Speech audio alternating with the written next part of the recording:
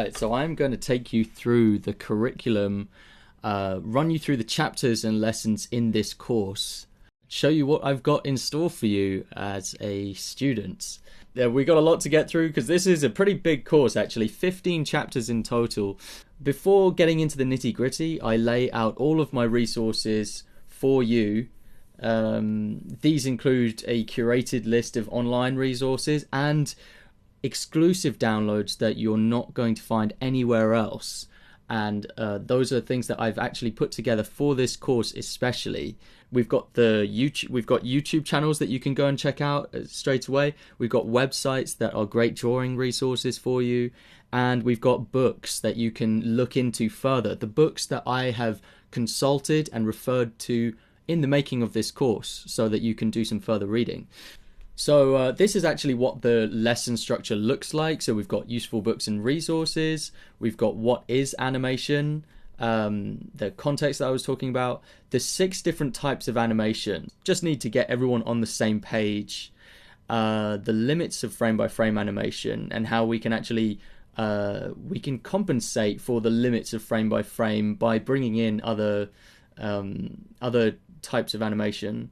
And of course, we need a glossary of animation terms. So I've put together a glossary, which you'll also be able to download as a PDF. For if you hear me talking about certain terms and you just don't understand them, you don't know what I mean when I'm referring to one of these words, you can look it up in the glossary and hopefully it will be there. I've tried to think of all the major ones that might be a bit confusing and I've defined them here. But if you find that I'm using a word that you don't understand, please do let me know, and there's a feedback section at the end of this course where you will be able to write to me and send in suggestions, and it would be really useful if there you can just say, I'm sorry, I didn't know what this word meant, or something like that, and that will help me and I'll add it to the glossary. Okay, so next chapter we go on to is tools of the trade. These are the 2 most talked about topics for beginners. I get these, and for good reason really. You know, where you start off is with software. You know, you need to know what the different tools are that are available to you. So I lay out the entire real landscape of commercial hardware and software, things that are available to everyday people, with the major options so that you can easily understand. First of all, we've got a comparisons table which lays out the differences between these software. Then we got a software horoscope, and this is where if you're aware of what a horoscope is, usually it's not applied to software, but I've kind of taken the idea of a horoscope and brought it here. A horoscope is where it kind of describes certain types of artists, and based on that, if you identify with one of those types, then you can go with the recommendation that's for you on that. You're going to have to learn a first software. So one software is all you need to start, and I'm going to explain that and just reassure you that you don't need to know multiple different software. You don't need to learn multiple software at once. It can be broken down into something very simple for you. And from there we really have 2 choices. You have the choice of Adobe Flash and Animate, or the choice of TV Paint. Sorry. And so I have a chapter on Flash and Animate. They're basically the same software by Adobe. TV Paint, you can skip over whichever one you're not going to learn.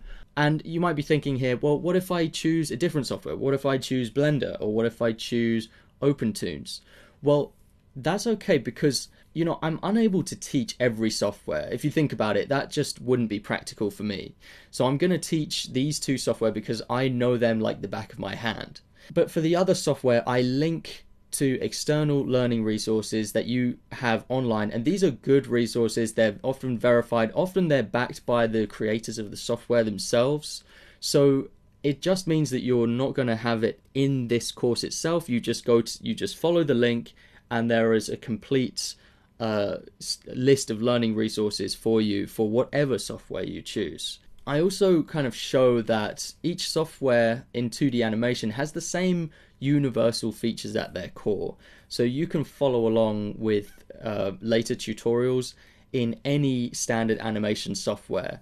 So this is the lesson breakdown, starting a new document in Flash, getting the most out of your brush in Flash, because I get asked that a lot by beginners, how I optimize the brush in Flash, because it's not a great brush if you just take it based on the defaults. You're going to want to optimize it. And also introducing the main interfaces, of course, all the different tools that Flash has within it. So then we've also got the basics of TV Paint for people who are TV Paint users, first time users of TV Paint.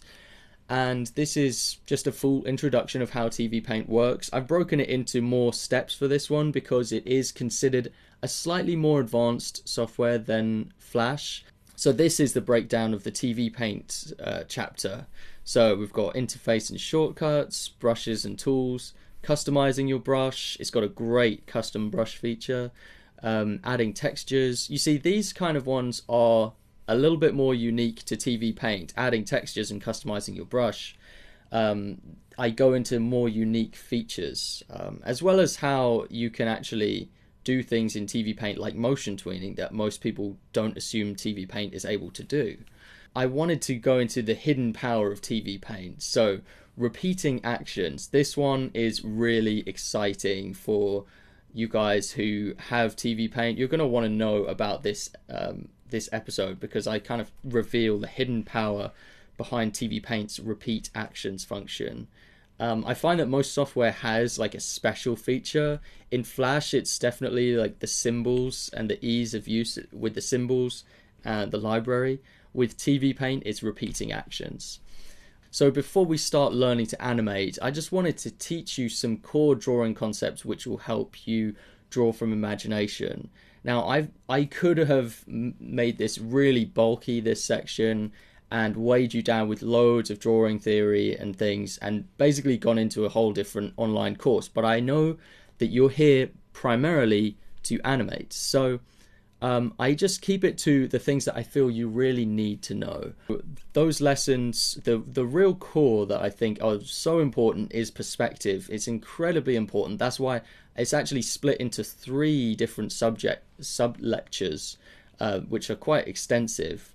And linked to perspective is how to draw a cube.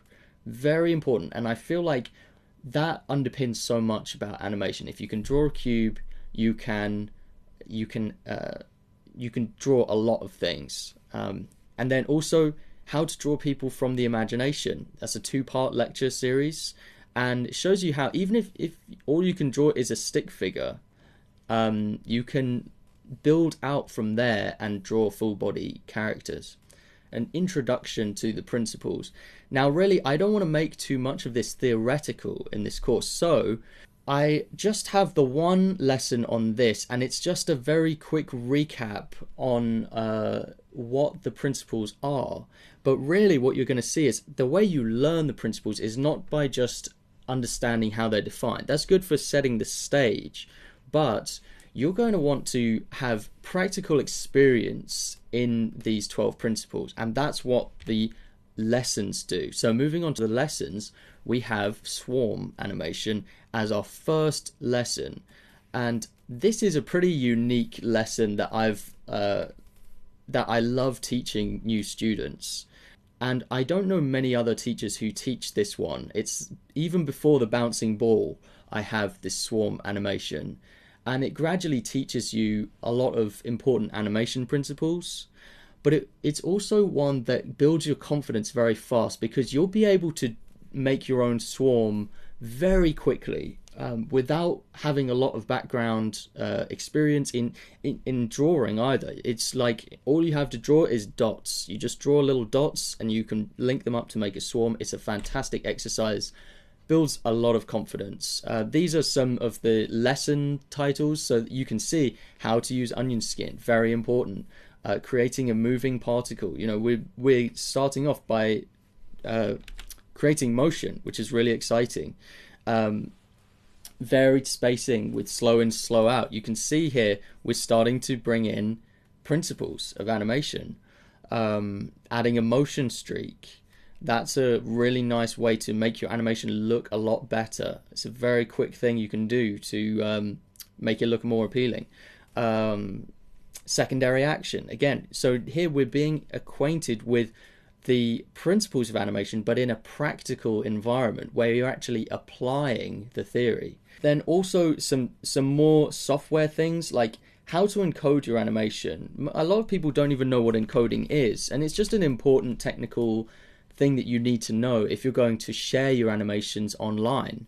How to export your animation as well. I wanted to show that in Flash, and how to use symbols.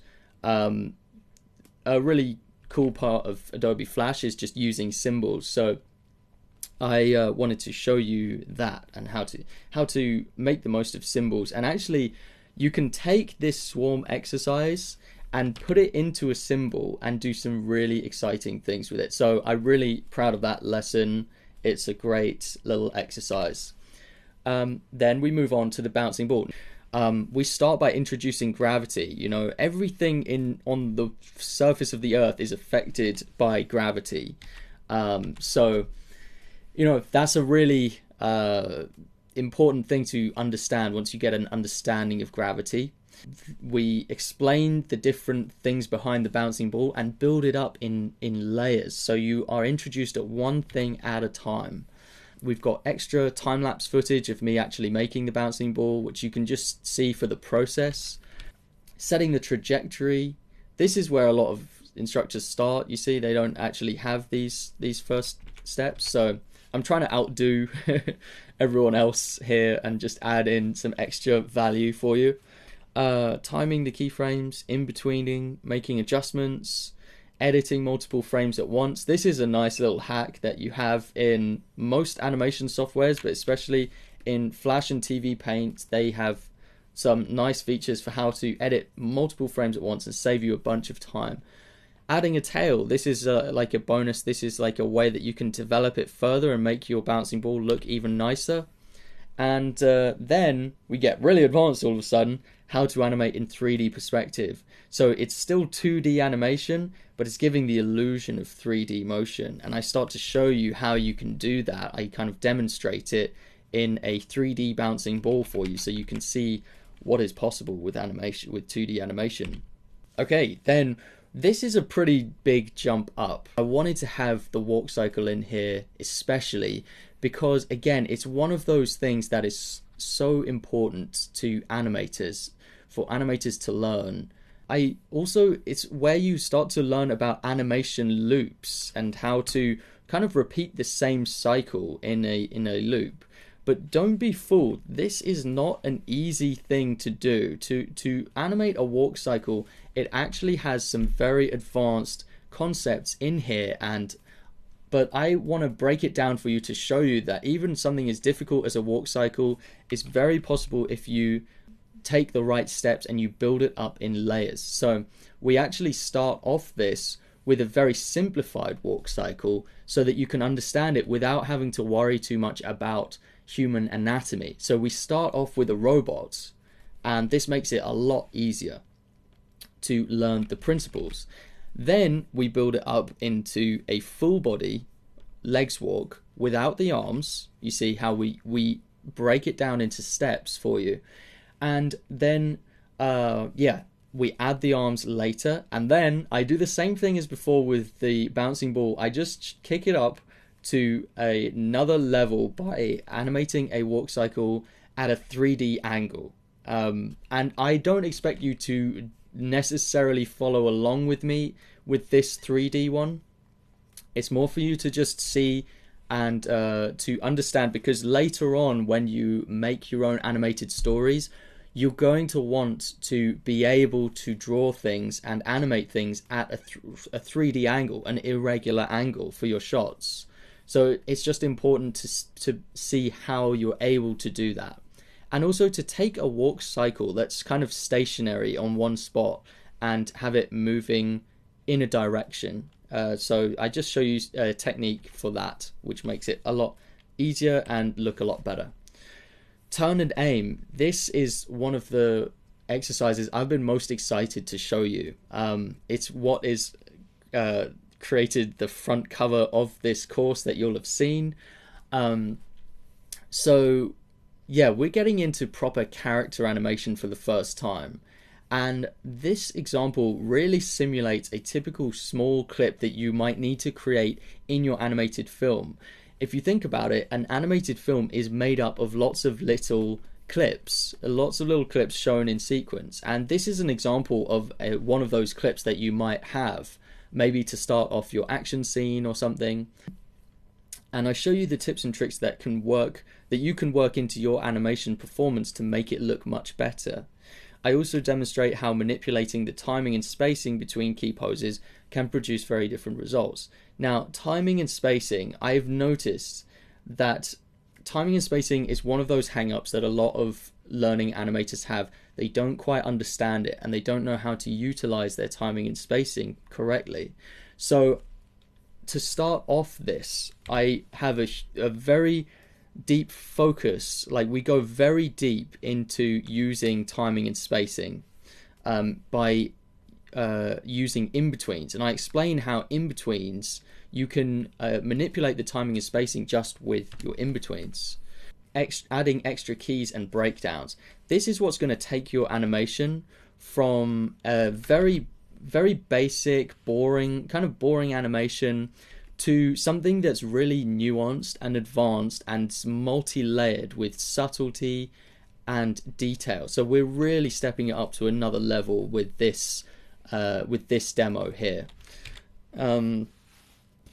Yeah, dramatic. Here I've got like different iterations of the same piece of animation to show you extra alternatives you can do, like dramatic anticipation, distorting your frames, exaggerating movements. If you have a cartoony style, it's all about the exaggeration and how you can like really dial up these kind of techniques. And then as like a little bonus, we've also got the time-lapse process, where I just explain how I drew the keyframes, and we've got how to add motion blur, which is just another one of those extra little techniques on top. It's the icing on the cake that's going to make your animation look really nice.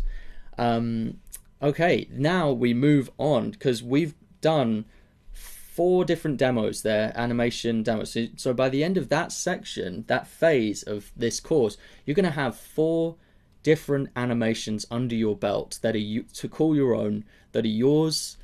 You can put them in your show reel, and they're going to look really nice, as well as teach you the fundamentals. So here I sort of expand now. We've done a lot of animation clips, but now I want to do animation production. And this is the crucial parts of the production process, and it's like a roadmap for making a film of your own. You know, the principles don't really teach you the actual process, but here it's a step-by-step method to get you from an idea to a finished film, really. So this is how those lessons break down in structure. The 10 steps of animation production, very important lesson. I'm really proud of that one. How to make a shot list for your animation, plus a template. So a lot of animators who are starting out, they don't realize that this is even a step, and so they get really flustered in their animation efforts. They never produce animation that's going to meet a deadline. You know, they're always, they either don't manage to finish their animation, or they finish it very late. And I kind of show how with this shot list, this really puts the control back in your hands for it. And I give you this template. It's a really cool template. It's got a lot of little gadgets in it, like it calculates, it does its own calculations and things. It's pretty cool. And another really overlooked part of independent animating is how to add sound to your animation. Go into a lot more depth than what a lot of animation teachers would show you, with the things you need to know really about how to create your own sound. And I also link you to a lot of like a massive amount of downloadable sound effects, which you're welcome to use. You can use them in any project you like, and yeah, teach you how to use them and how to edit them. So designing the sounds, not just drag and drop them in, but how to design the sounds to sound really good in your animation. And this one is, again, this is a lecture that I'm really proud of. And this is kind of like, I want to say like 75% of what I'm actually doing in animation comes down to these 3 steps. So I want to teach you this 3-step strategy. And this is a complete paradigm shift. Like, a lot of animators, a lot of animation teachers do not teach you how to break it down in these 3 steps. Yeah, it's a refinement process. It's how you can gradually, through this method, create very well made, well considered animation in layers. Reference and inspiration. So I explained the important difference between reference and inspiration. It's a very small section, just got 2 videos in it, where we basically just distinguish one from the other, reference and inspiration. Story. So you can see that we started quite specific with animation exercises. Then we zoomed out to animation production, how to actually take a production from start to finish. Now we zoom out even further and we look at the bigger picture, which is the art of creating a great story. And I think this is at the heart of what you're going to be doing really as an animator. The best animations are the ones that tell a great story. So I want to give my experience from creating award-winning short films and show you the kind of ways, the kind of methods that I use, and the way I approach story, how to generate ideas for your story, so you're never really going to run out of ideas after that, hopefully, if you apply the lessons. And I show you how to structure stories. So having an idea isn't everything. Once you have an idea, you need to know how to actually get the most out of it and structure it in a way that people are going to enjoy. And then the hierarchy of story, which is just a very simple concept about how story is king. That's a little crown. Storyboarding fundamentals now. So the storyboard is the backbone of any great animated story, in my experience. That's what I've found. So there are some principles of storyboarding that are very useful to know in this section. We've got the 180-degree rule, which is overlooked by a lot of animators, and I notice that a lot of people accidentally break this rule, so make sure that you're not one of those people who is breaking this rule all the time. And then similar to that, we've got the 30-degree rule, which is less famous than the 80-degree rule, but it's still important to know. It's a shorter lesson. That's only about 5 minutes to learn that important lesson. And then composition for storytelling. This is I believe this is a 3-part lecture that we've got here.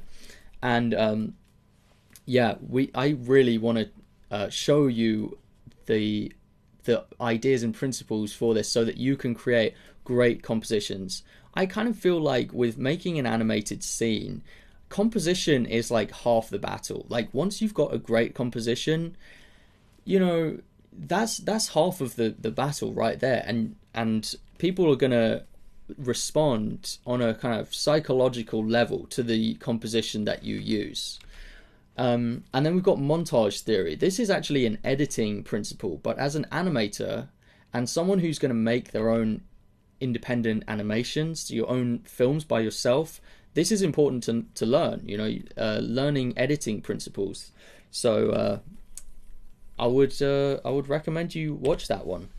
And in conclusion, I've had just to send you on your way some inspiring words, and I would really appreciate it if you can take the time to leave some feedback once you've taken the course.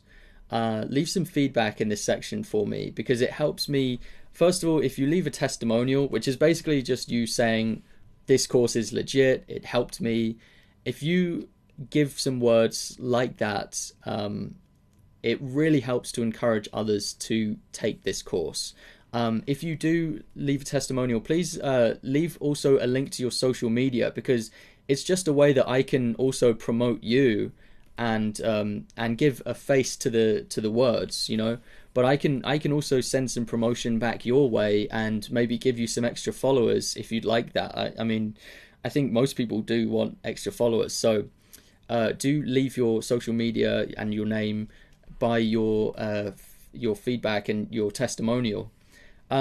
It helps encourage others to take this course when you do, and it also, when you give feedback of like how you'd like the course to be improved, and also any extra ideas you have, that helps me to improve this course for future students. And I do plan to, especially in the early stages of this course, to add things. If I get a lot of requests for something and I feel like it's something that all students are going to benefit from, then I'll add it to the course and I'll actually respond to your question personally and give you answers. I also want to say that with this course, if there are any subjects that you just, for whatever reason, you don't want to take them, you can skip them out. You can actually go to any particular course. You don't even have to do this course in order. You could do it in an order that suits you. You could go straight to drawing fundamentals if you like. You could go straight to the walk cycle if that's the particular exercise that you want to improve on, or whatever. It's your course. It's a course for you. You decide how you want to do it. I've structured it in a way that I think will take someone from a complete beginner to like, if you start here and you know nothing, it will take you all the way through to here, where you're going to have 15 different chapters under your belt. You're going to have 4 different animation exercises completed, and you're going to be sent on your way with a ton of different downloads, resources, and what have you. So yeah, this has been a sort of breakdown of what you can expect in this course. I want you to stick it through the whole way. It would be good if you set a structure for yourself.